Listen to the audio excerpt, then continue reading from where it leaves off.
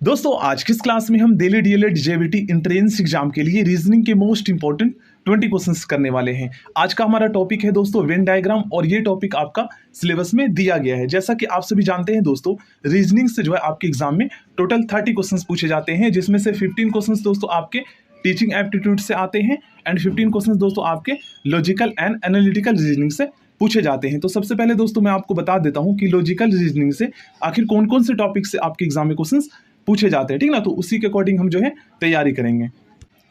देखिए logical reasoning में दोस्तों यहाँ पर बहुत सारे टॉपिक्स दिए गए हैं, जबकि इन सभी टॉपिक्स से आपके एग्जाम में क्वेश्चंस नहीं पूछे गए थे। मैं 15 ऐसे टॉपिक्स बता देता हूं जिससे आपके एग्जाम में पिछले साल क्वेश्चंस पूछे गए थे, ठीक ना। इन सभी को आप लोग लिख लीजिएगा। जैसे एनालॉजी से आपके क्वेश्चंस पूछे गए थे, क्लासिफिकेशन से पूछे गए थे, सीरीज से पूछे गए थे, कोडिंग डिकोडिंग से आपके एग्जाम में क्वेश्चंस पूछे गए थे, रिलेशन से पूछे गए थे, डायरेक्शन से पूछे गए थे दोस्तों। उसके बाद लॉजिकल वेन डायग्राम जो आज की इस क्लास में हम करने वाले हैं, ठीक है, इससे पूछा गया था आपके एग्जाम में क्वेश्चंस। अल्फाबेट टेस्ट से पूछा गया था, सिटिंग अरेंजमेंट से पूछा गया था। उसके बाद दोस्तों अर्थमेटिकल रीजनिंग से पूछा गया था। Then finding the missing number, इस टॉपिक से भी आपके एग्जाम में क्वेश्चंस पूछा गया था। सिलोजिज्म से भी पूछा गया था, स्टेटमेंट एंड आर्गुमेंट से भी पूछा गया था। उसके बाद आप लोग देखेंगे और भी टॉपिक्स मैं आपको बता देता हूँ। चलिए सबसे पहले हम दोस्तों वेन डायग्राम का मतलब समझते हैं, ठीक है ना। देन उसके बाद हम इस क्वेश्चन को करेंगे। देखिए इसमें क्या होता है ना, 2D स्टेप्स के माध्यम से दोस्तों दो या दो से अधिक विषय के बीच क्या रिलेशन है उसे दोस्तों हमें जो है ना रेक्टेंगल, ट्रायंगल, स्क्वायर, सर्कल इनके माध्यम से हमें दर्शाना होता है, ठीक है ना। तो देखिए इस क्वेश्चन को आप लोग ध्यान से समझिए।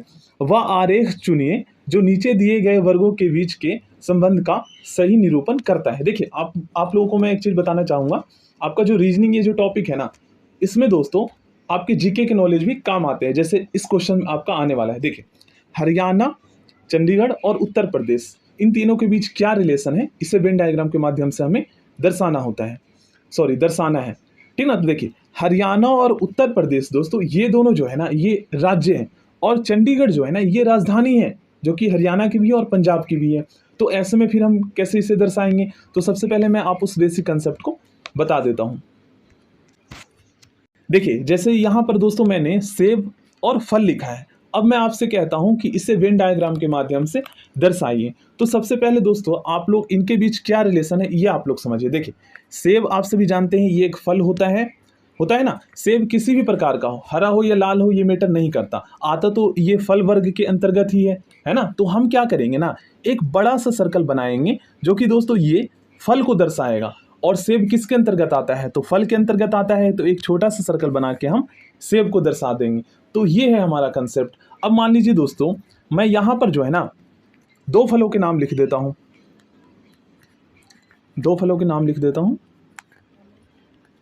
और यहां पर मैं फल लिख देता हूं।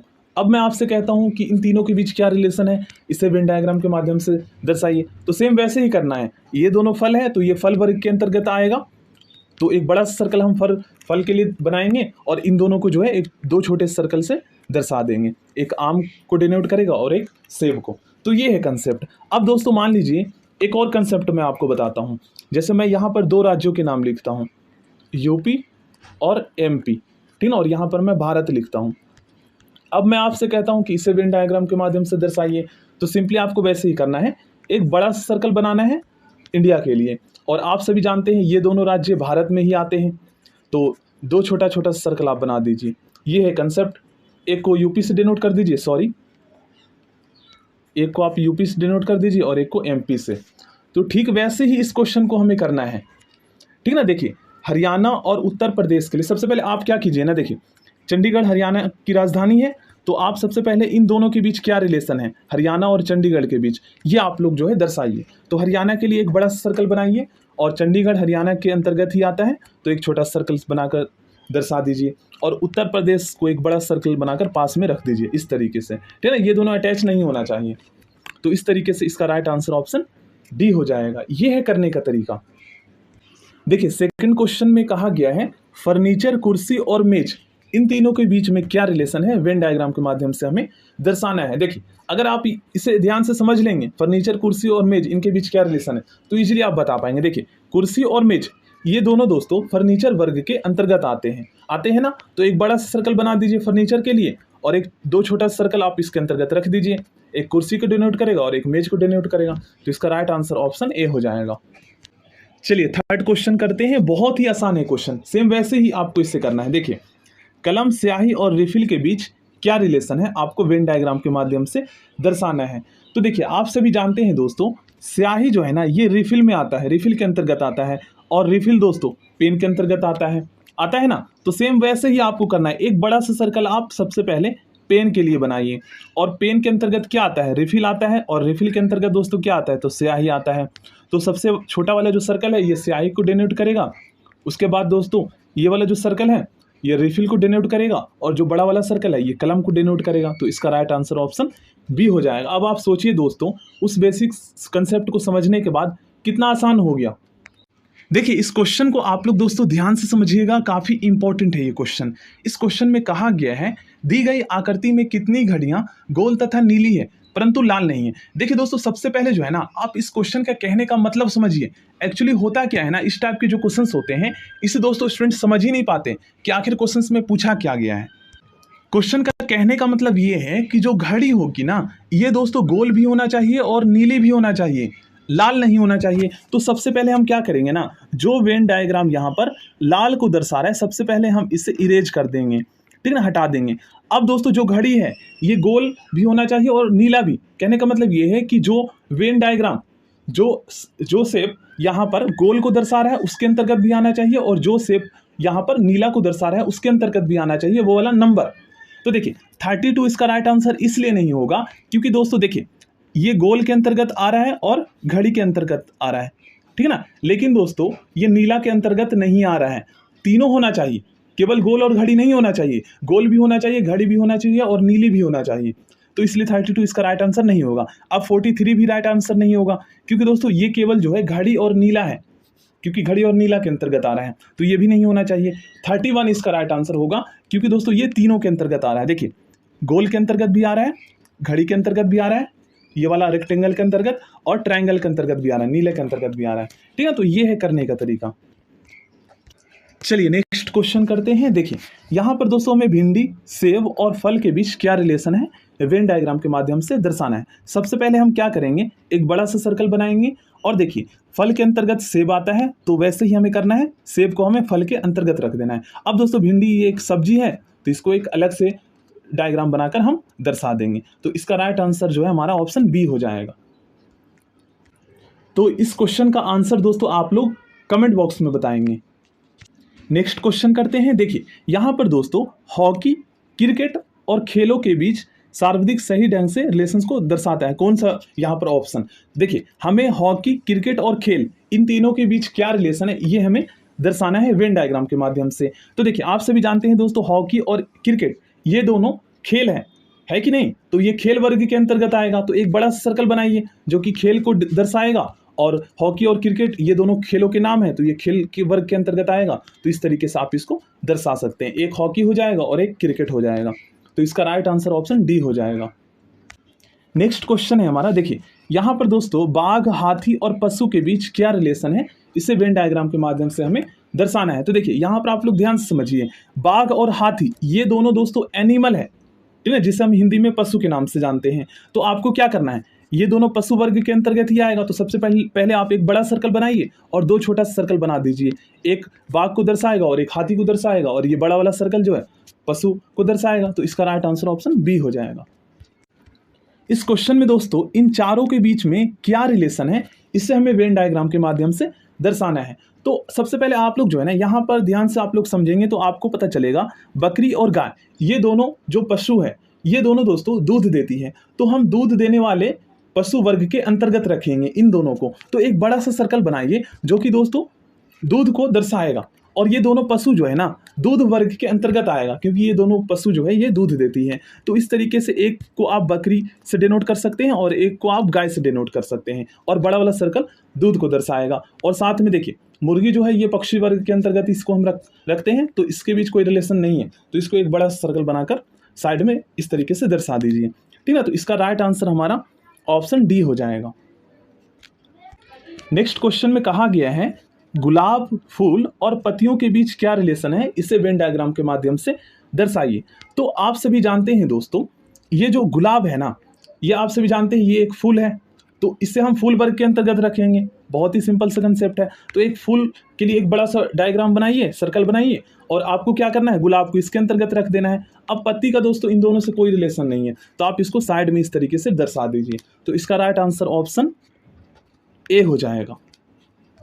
देखिए इस क्वेश्चन को आप लोग दोस्तों ध्यान से समझिएगा, काफी इंपॉर्टेंट है ये क्वेश्चन। इस क्वेश्चन में हमें खिलाड़ी, क्रिकेटर और बल्लेबाज के बीच क्या रिलेशन है, इसे वेन डायग्राम के माध्यम से दर्शाना है। तो आप सभी जानते हैं दोस्तों, बल्लेबाज जो होता है ना, ये क्रिकेटर होता है कि नहीं। बल्लेबाज को हम क्रिकेटर भी कहते हैं। तो बल्लेबाज क्रिकेटर वर्ग के अंतर्गत आता है, इस तरीके से हम कह सकते हैं। जैसे दोस्तों आम और सेब ये दोनों फल है, तो ये किसके अंतर्गत आता है, फल वर्ग के अंतर्गत आता है। इसी तरीके से मान लीजिए बल्लेबाज हो या बॉलर हो, ये दोनों क्रिकेटर वर्ग के अंतर्गत ही आएगा, क्योंकि ये दोनों क्रिकेटर ही कहलाते हैं। जैसे आम और सेब फल कहलाते हैं, तो फल वर्ग के अंतर्गत आते हैं। अब दोस्तों जो क्रिकेटर होता है ये खिलाड़ी कहलाते हैं, क्रिकेटर खिलाड़ी वर्ग के अंतर्गत आएंगे। अब इससे समझने का एक और ही बहुत ही सिंपल कंसेप्ट है। मान लीजिए यहाँ पर से आप बल्लेबाज हटा दीजिए, यहाँ पर आप फुटबॉलर लिख दीजिए। अब दोस्तों आपको इसे वेन डायग्राम के माध्यम से दर्शाना है, तो आप कैसे दर्शाएंगे, तो इसका वेन डायग्राम अलग बनेगा और खिलाड़ी, क्रिकेटर और बल्लेबाज का वेन डायग्राम अलग बनेगा। देखिए यहाँ पर आप लोग देखेंगे क्रिकेटर और फुटबॉलर ये दोनों दोस्तों खिलाड़ी होते हैं ना, तो इन दोनों को हम खिलाड़ी वर्ग के अंतर्गत रखेंगे। तो एक बड़ा सा सर्कल आप बनाइए जो कि खिलाड़ी को दर्शाएगा, और दो छोटे छोटे सर्कल बनाकर इसके अंतर्गत रख दीजिए, क्योंकि ये दोनों खिलाड़ी कहलाते हैं, ठीक है ना, क्योंकि ये दोनों खिलाड़ी कहलाते हैं तो खिलाड़ी वर्ग के अंतर्गत आएंगे। अब इसका वेन डायग्राम कैसे बनेगा, क्रिकेटर, बल्लेबाज और खिलाड़ी का। तो बल्लेबाज दोस्तों क्रिकेटर वर्ग के अंतर्गत आते हैं। देखिए चाहे बल्लेबाज हो या बॉलर हो, हम उसे क्रिकेटर कहते हैं ना, कि वो एक क्रिकेटर है। तो इसको हम बल्लेबाज को जो है हम क्रिकेटर के अंतर्गत रखेंगे। एक सर्कल बनाएंगे। अब ये सर्कल दोस्तों क्रिकेटर को दर्शाएगा, और एक छोटा सर्कल इसके अंतर्गत रखिए आप, जो कि बल्लेबाज को दर्शाएगा।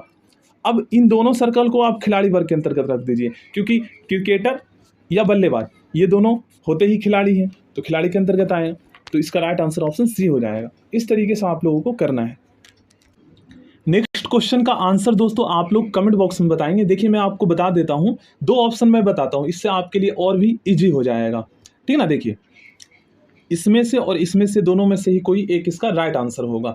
अब देखिए आपको क्या करना है, इनके बीच रिलेशन आपको बताना है, ठीक है। इनके बीच आप सबसे पहले रिलेशन देखिए क्या है। अब किसे हम किसके अंतर्गत रखेंगे ये पहले डिसाइड कीजिए, देन उसके बाद आपको पता चल जाएगा।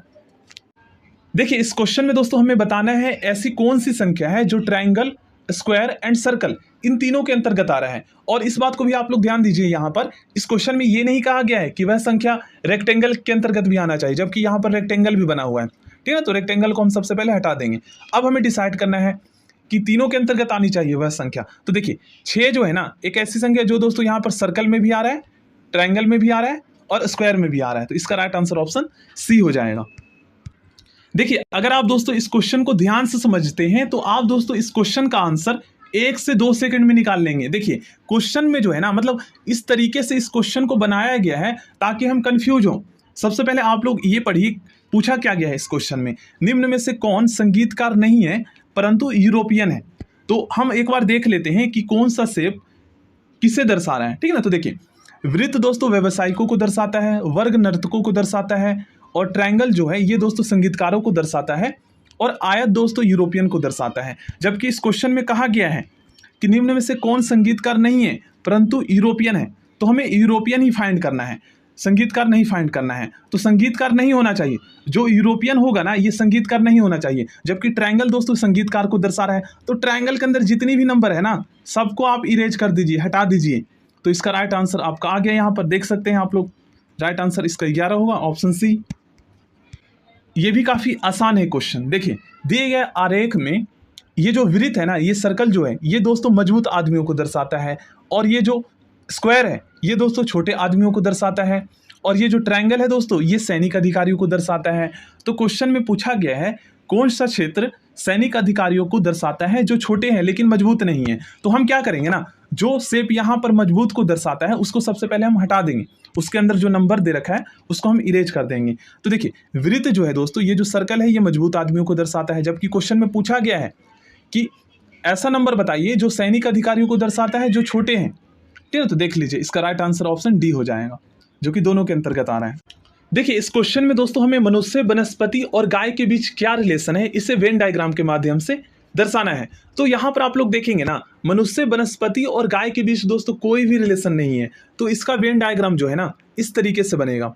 ठीक है, ये जो सर्कल है ये आपस में अटैच नहीं होना चाहिए। अब देखिए एक सर्कल जो है आपका मनुष्य को दर्शाएगा, दूसरा वनस्पति और तीसरा गाय को। देखिए इस क्वेश्चन का आंसर दोस्तों इतना घुमा फिरा कर पूछा गया है ताकि दोस्तों हम कंफ्यूज हो जाएं।